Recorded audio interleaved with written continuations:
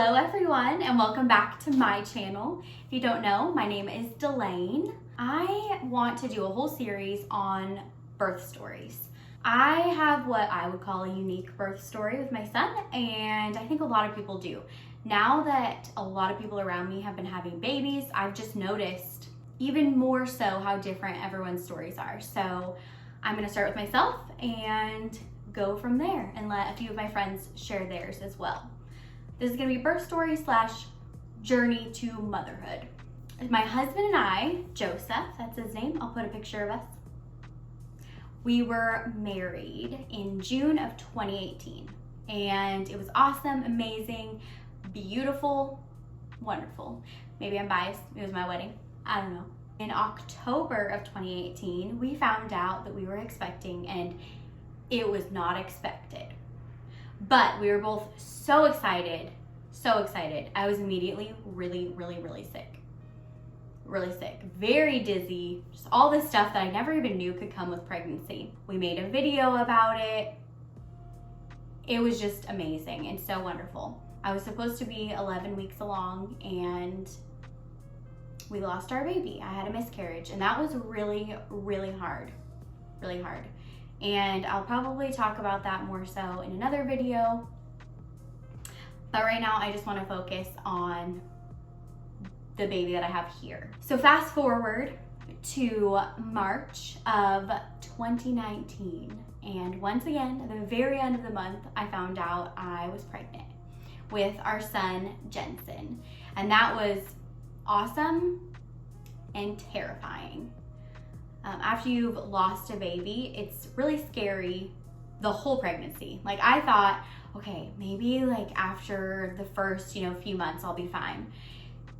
It wasn't. I was still very nervous and very scared, but I found for myself, I don't know if anybody else has gone through this, I really would talk to my husband Joseph about it a lot and just kind of tell him how I was feeling, and he would pray with me and we would just discuss things, and I felt like that really helped me. I know some people talking about things they don't like to do, and to be honest with you, I don't really either. So that was kind of strange, but it really did help me and kind of just go through emotions and feel things that I needed to feel.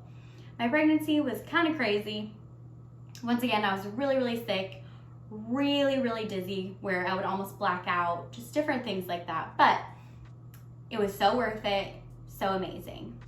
On November 23rd at 2 o'clock in the morning, I woke up and I went in the bathroom and there was a lot of blood. And I was like, what is happening? I'm only 38 weeks along, what's going on? And I was like, oh, that's probably fine. So I wake Joseph up and he is freaking out. He's like, we have to go to the hospital right now. And I'm like, I am fine. Like, I feel totally fine. Okay. Maybe we should go so I can get checked out, but I'm definitely not in labor. I'm only 38 weeks. Like, there's no way. No way. And in my mind, I'm just like, I had been having a lot of contractions for weeks. My doctor never checked me to see like how far along I was. I think he was gonna do that week. So I'd never been checked. I was like, there is no way I'm in labor yet. This is my first baby getting this far along in a pregnancy. So I was like, there's no way. We get to the hospital, we go in, and they're like, oh, you're almost to 4 centimeters. And I'm just sitting there kind of like, what do you mean? Wait, I'm gonna have a baby? Like, now? I don't know if any other moms have experienced this, but it's like, I knew I was pregnant and I was gonna have a baby and I was so excited. But I don't think it really fully sunk in that I was gonna have a baby until I was gonna have a baby. I don't even know why it's like that. It just was so crazy. So they tell me that, they're like, yeah, we're gonna admit you. Great, fine, wonderful. So we go back, and my in-laws were there and my sister-in-laws, both of them. And I got to hang out with them for a little bit. That was awesome. And they asked if I wanted an epidural. And I was like, I don't really know. They're like, okay, well, the farther you get along, you can't get one.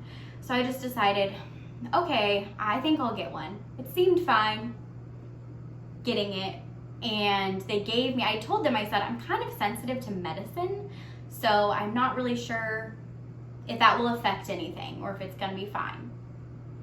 So they gave me the epidural and it was okay, and like 3 minutes afterwards, I'm laying there and I see probably 6 nurses run in. And I'm like, what is going on? And this machine is beeping and I'm just laying there. And I feel fine, so I'm not really sure what's going on, but they're all standing around me and they're wanting me to move on my side. And I did fully without them. And they were like, what is going on? And I remember this nurse is just staring at me, looking at me, and she said, you're gonna be fine. And I'm like, okay. And in my head, I'm thinking, I wasn't even nervous about not being fine until you just said that. So what's going on? And I can kind of see Joseph in the corner, and he's just standing there sort of pacing back and forth. And they were like, you're fine, give her the oxygen. And you can tell when a lot of people in a room are trying to be calm about something that they can't really be calm about. It's like when I've used my teacher voice in teacher situations, you know, you're really trying to fix something, but you're gonna pretend that you're really calm so that you don't upset the person. So they were doing that, and I guess my blood pressure had lowered super low. Stuff was happening with Jensen. There was honestly a lot of things in that moment that I don't remember, other than being like, I remember whispering, is he gonna be okay? And I was really worried. They finally stabilized everything. That seemed so long though, of them all just hovering over me. They'd already put a catheter in, but then they put a heart monitor inside of me for Jensen. So that was good. I remember the anesthesiologist had turned off the medicine to get like any more stuff for my epidural and things like that, because he's like, we don't want to do that again. And he was really confused as to what was happening with the epidural and me, because they take a cold pack and they put it on you to see if you can feel. And I couldn't feel up here, probably from like here, I don't know if you can see that, here up, I couldn't feel cold at all. But the farther he got down, I could feel where it was getting colder. And he was like, this is really strange, so we're just gonna watch you. He left. A few times they came back in to check. It's almost 1:30 now. I'm just trying to rest. There's a lot of details and things that I can remember, but also it's just kind of blurred. And I think that probably for a lot of people that happens. But one thing I do know is every time I would have a contraction, I would hurt really, really bad, which is totally normal, really bad. But I also felt like I had to pee. You know that sensation where you have to pee so bad, but there's nowhere to go pee. And I kept saying, I have to pee so bad. Like so bad. Every time a contraction happened, like I wouldn't be able to breathe, and then I would say I have to pee. They were like, you have a catheter in, like just pee. It was very strange, and now I kind of look back and I'm like, was that not put in correctly? What was that? Because I could feel a lot more. They didn't understand why I could fully move my legs and turn over on my side. I don't know, but I could. So fast forward, and I was given a small dose of Pitocin to kind of speed things up. They were like, we need to speed things up. We actually have no idea when your water broke. We think that it's probably been leaking for quite a while, but it did break at some point. We just don't know when, so we need to speed things up. So they did that, and things did speed up pretty quickly. I remember my in-laws left the hospital, and they were gonna go eat lunch, and then my sister-in-law was gonna do grocery shopping and stuff, and they were not gone very long. And Joseph called them, and he was like, hey, she's at a 9. So it happened pretty quickly. And after that is just kind of this blur, really, really difficult time. So I had Jensen pretty quickly. I think the doctor actually came in when I was pushing the last time, like the last few times, in the same contraction. She came in, Jensen came out. They grabbed him. You know how they usually put a baby on you. So they come over, they do this, and move him off of me. Like, I don't even know that I touched him. I just remember looking at him. They gave Joseph the scissors to cut the umbilical cord, and it was so fast. Like, I couldn't even look at Jensen on me. Like, quick, go. And he's like, okay. And then they took him away. And I'm just laying there like, what is happening? And I'm laying on the bed, and they're trying to stitch me up. Jensen was 5 pounds, 7 ounces. So pretty small. He was born at exactly 38 weeks. And I look over, and I see that there's 3 or 4 nurses around Jensen whispering. And I can see them, and they're also trying to stitch me up, and the doctor's like, I need you to relax. Your tears are 3rd-degree tears, and I cannot reach them. So I would relax, but also I was trying to pay attention to what they were doing with Jensen as she's trying to stitch me up, and she's like, your tears are too deep for me to get to right now. So what's gonna have to happen is I'm gonna actually have to put you under and stitch you up because I can't get to all of them. You have some that I can get to, but some are way too deep for me to reach. And I am just laying there, and I'm crying through the whole thing. I'm just apologizing to them. I don't know, if you know me, that it's just such a Delane thing. I think most of the people that know me would say that. I'm crying though, and I'm like, I'm so sorry. And there's just all this blood, there's all this stuff. And I'm apologizing, like, I'm so sorry that you have to clean this up. And they're like, stop apologizing, it's okay. I asked before, I said, well, what about Jensen? Like, can I see him? Can I hold him? And a nurse came over, and she said, he has a hole in his lung, and we need to take him to look him over. And so at the same time, they take Jensen out, and then they also wheel me back to the OR to stitch me up. They gave me medicine, they put me under, did all this stuff. I came back, and the hospital that we were at actually didn't have a NICU. So because of that, Jensen needed to go to the NICU for multiple things, and I had to stay at the hospital I was at, and Jensen was taken to a different hospital about 20 minutes away. So that was really difficult. I'm not gonna cry because I've talked about this a lot, but I have cried a lot about this because that was one of the hardest things, was just having a baby and your baby having to be taken away from you. That's what it felt like. And I didn't know that he was okay. And I had just woken up from being under for them to stitch me up, and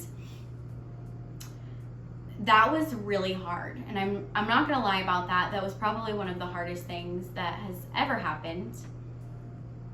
Just knowing that you can't be with your baby and you don't know when you're gonna be able to. So I'll skip over some parts. It was kind of a crazy night, and I was there, and I just remember it wasn't, like, it just felt almost like I wasn't there. Like, it was an out-of-body experience where I could see myself. It just was, I don't even honestly know how to explain it. It was really hard. And then the next day, I don't know that they should have released me, but I know that they were trying to release me as quickly as possible.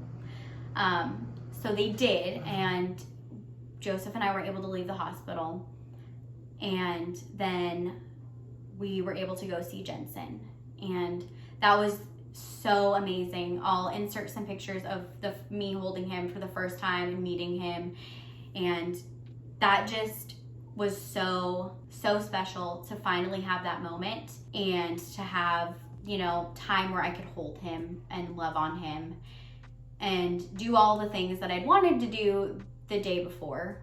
Joseph had already got to be around him a little bit because while I was being stitched up, he got to go back and see. He didn't get to hold him, but he got to touch him and stuff. So that was awesome. But then that night we had to leave Jensen there, obviously, and go home. And I think that's when things really sunk in that this was not how it was supposed to be. Because when you're in your house and you leave to have a baby and you go home and you don't have that baby with you, that's really hard. Like knowing that you should have been able to bring your baby home and you couldn't, that's really difficult. And I know a lot of you will be able to relate to that, and I hate that so much because that was one of the saddest moments of my life. And my husband and I vlogged a lot of this, and there was a lot of things that, you know, we went over and we talked about, but I also feel like there was a lot of things that we kind of left out in some ways just because it was in the midst of it and it was really emotional for us to talk about. So the next day we got up and we were able to go over and spend time with Jensen and be with him off and on. And that was really great. And then they told us at this hospital that they were gonna actually get us a room and we were gonna be able to spend the rest of the time there with Jensen. All right, you guys, lots of stuff has happened. So, a lot. So, we're in a room with Jensen. He is sleeping right now. Sit down. We were supposed to, they told us that we might be going home, or that Jensen, we've already been home. Yes. That he might get to go home with us today, but then we found out he's not going to. But the cool thing is that they got us a room here so that we can stay with him. Yeah, so it's our first night with Jensen, just ourselves, and the doctors are going to be coming and going, just checking on Jensen, making sure. Just not a ton. Not a lot, just making sure everything is okay with him. But we're basically on our own tonight. Sort of.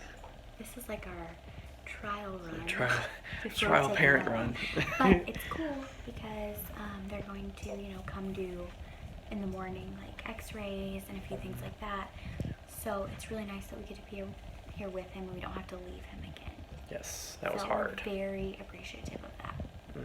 I cannot even explain to you how exciting that was, like knowing that we got to be there with him. So we spent a few days there with him. He had to be checked pretty frequently for different things, and then he ended up having to stay even longer than expected because he did have jaundice, which is common, I know that, but that's still not fun to watch your baby have to be under this light where you can't touch them, you can't do anything. That was really hard. But I'm very grateful that they were able to give us a room there and let us stay there, even though we weren't the patient and Jensen was. And then we got to bring Jensen home. This is what happens when your baby is so little and you don't know he's going to be. You have to wear newborn clothes home. I'm sorry, baby. I will just tell you, there was so much craziness with that. It was so crazy because we had bought a car seat that said that it would fit babies 5 pounds and up. And at the time we left the hospital, Jensen was 5 pounds, 2 ounces, and it was way too big for him. Good thing was we had another car seat that we were able to use, but it just was like so many obstacles of us just trying to get home with Jensen. It felt like the little bit of time that we spent not at home was eternity, like so long. We're going home. Can't wait. And when we finally got home, it was so amazing and so wonderful just to have him with us. And that's really the motherhood journey, sort of, and the birth of our sweet Jensen. There's a lot more things that I will eventually share of him coming home and the stuff after that I dealt with that I feel like a lot of women deal with. But for now, I will leave you with just the birth story, the birth part of it. Jensen is so amazing. He's 7 months old now. He's awesome. And I'm so glad that he is in our lives. We literally don't even know what we would do without him now. It's just so wonderful. I'm really excited that I was able to share my story with you, and I would love to hear your story So, message me, write down in the comments, anything, and I look forward to being able to share more birth stories with you. Bye.